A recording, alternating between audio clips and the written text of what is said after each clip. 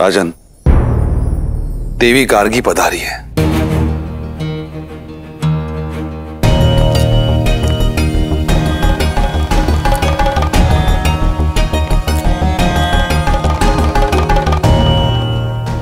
देवी गार्गी? वो तो केवल तब आती हैं जब शास्त्रार्थ करना हो।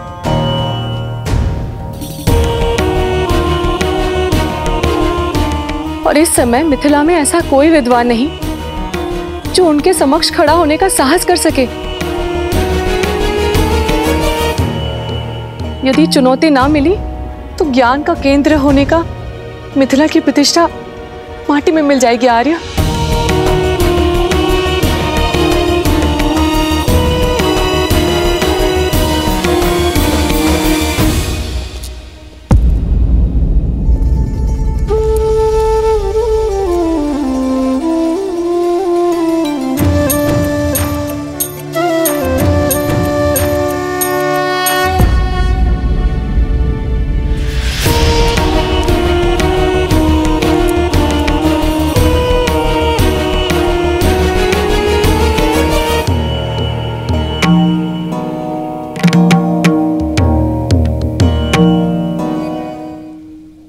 याज्ञवल्क्य जैसे ज्ञानी को भी शास्त्रार्थ में पराजित कर देने वाली विदुषी गार्गी को जनक का प्रणाम।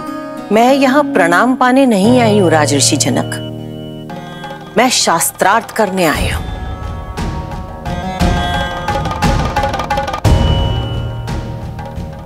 क्या हुआ? क्या यहाँ ऐसा कोई नहीं है जो मेरी चुनौती स्वीकार कर सके? मिथिला में कोई ज्ञानी नहीं बचा जो मुझे चुनौती दे सके। क्या ये शिव धनुष ही यहाँ के आकर्षण का केंद्र बनकर रह गया है राजन? पिताश्री की आज्ञा हो तो मैं माता गार्गी से चर्चा करना चाहूंगी।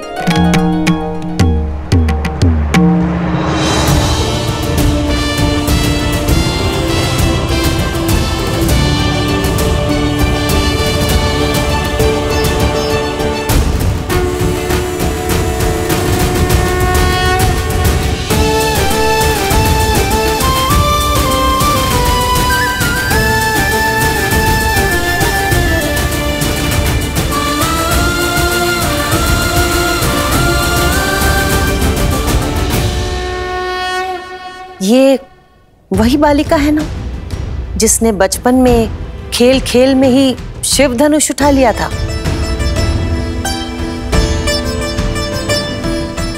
शक्तिशाली हो और जनक की पुत्री हो तो ज्ञानी तो होगी। तो शिव धनुष उठाने वाली सीता, क्या तुम मेरी चुनौती का बीड़ा उठा पाओगी? मुझे एक प्रसन्नता होगी कि पहली बार कोई स्त्री ज्ञाता मेरे साथ शास्त्रार्थ करेगी, क्योंकि अब तक तो केवल पुरुष ही पराजय का स्वाद चखते आ रहे हैं।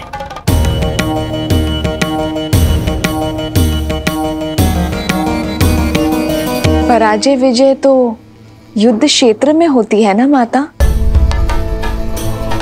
ज्ञान के क्षेत्र में तो विचारों का संगम होता है और आपसे कुछ ज्ञान का अंश ग्रहण कर पाना मेरे लिए सौभाग्य होगा।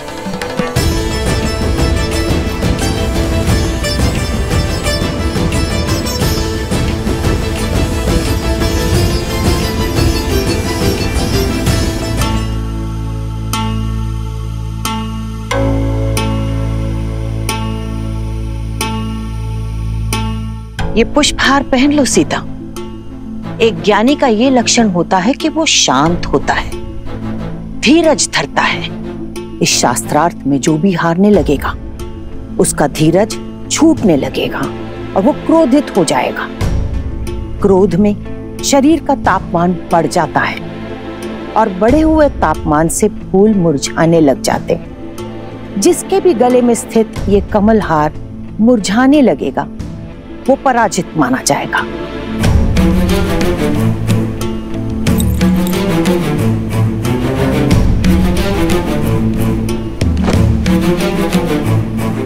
जो आ गया माता, परंतु मेरा ध्यान तो केवल आपसे अर्जित ज्ञान पुष्प पर ही रहेगा।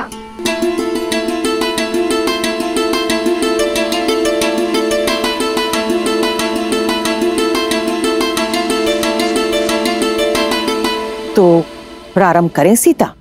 अवश्य। सबसे पहले मुझे ये बताओ कि तीनों लोकों में सबसे ज्यादा शक्तिशाली अस्त्र कौन सा है? महादेव का पशुपतास्त्र, ब्रह्मा का ब्रह्मास्त्र, या फिर नारायण का नारायण अस्त्र?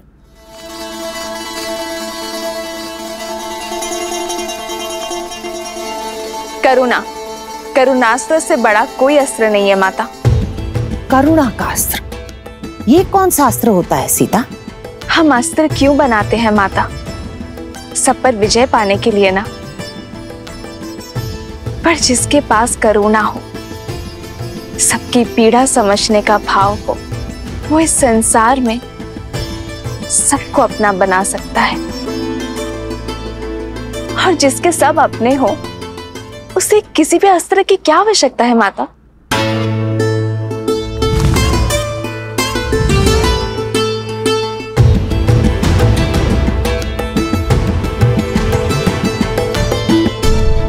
अच्छा, अब मुझे ये बताओ कि सबसे ज्यादा महत्वपूर्ण समय कौन सा होता है और सबसे ज्यादा महत्वपूर्ण व्यक्ति कौन होता है? सबसे महत्वपूर्ण समय है वर्तमान, ये पल, ये घड़ी, क्योंकि जो बीत गया वो लौटेगा नहीं, और जो समय आया ही नहीं उस विषय में क्या कहा जा सकता है।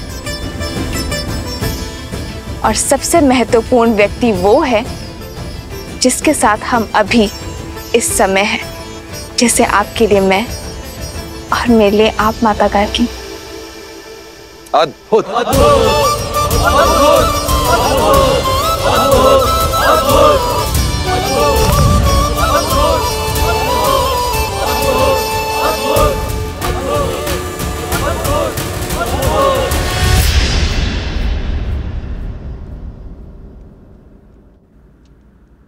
प्रकाश से भी ज्यादा अधिक वेग किसका है? मन का, जो पल भर में तीनों लोगों के पार जा सकता है।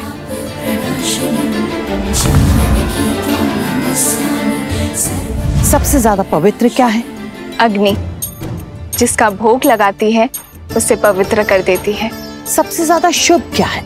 शुभ शब्द, शुभ कर्म, सबसे उत्तम प्रार्थना, जो दूसरों के लिए की जाए। सबसे बड़ा मित्र कौन है? विवेक, जो सदा शुभ मार्ग पर ले जाता है। सबसे बड़ा शत्रु? अहंकार। सबसे ज्यादा सुंदर आभूषण कौन सा है? विनम्रता। सबसे बड़ा पराक्रम? त्याग। सबसे बड़ी विजय? स्वयं पर।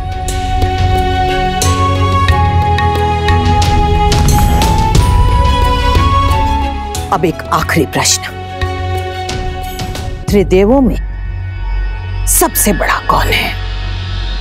ब्रह्मा, शिव या फिर नारायण?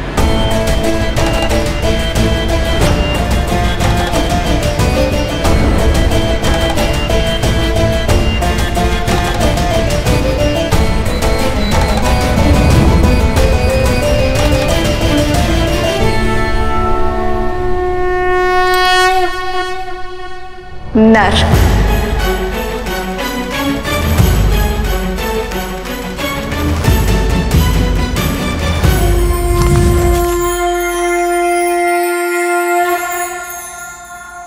नर, ब्रह्मा, शिव, नारायण, इन सब से ऊपर नर कैसे हो गए सीता? जिस नर में करुणा हो, वो नर ब्रह्म समान है, क्योंकि करुणा से ही तो हर शुभ वस्तु उत्पन्न होती है ना माता। जिसमें त्याग हो वो शिव जैसा है, और मर्यादा उसे नारायण जैसा संतुलन स्थापित करने की शक्ति देता है। तो जिस नर में ये तीनों गुण हो, वो नर त्रिदेव जैसा महान बन सकता है देवी।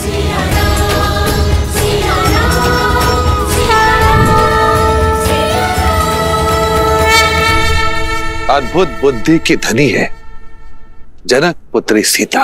राजा जनक पुत्री सीता की, राजा जनक पुत्री सीता की, राजा जनक पुत्री सीता की, राजा जनक पुत्री सीता की। अद्भुत, अति सुंदर। मैं आशा करती हूँ कि ऐसा ही नर तुम्हें वर के रूप में मिले सीता।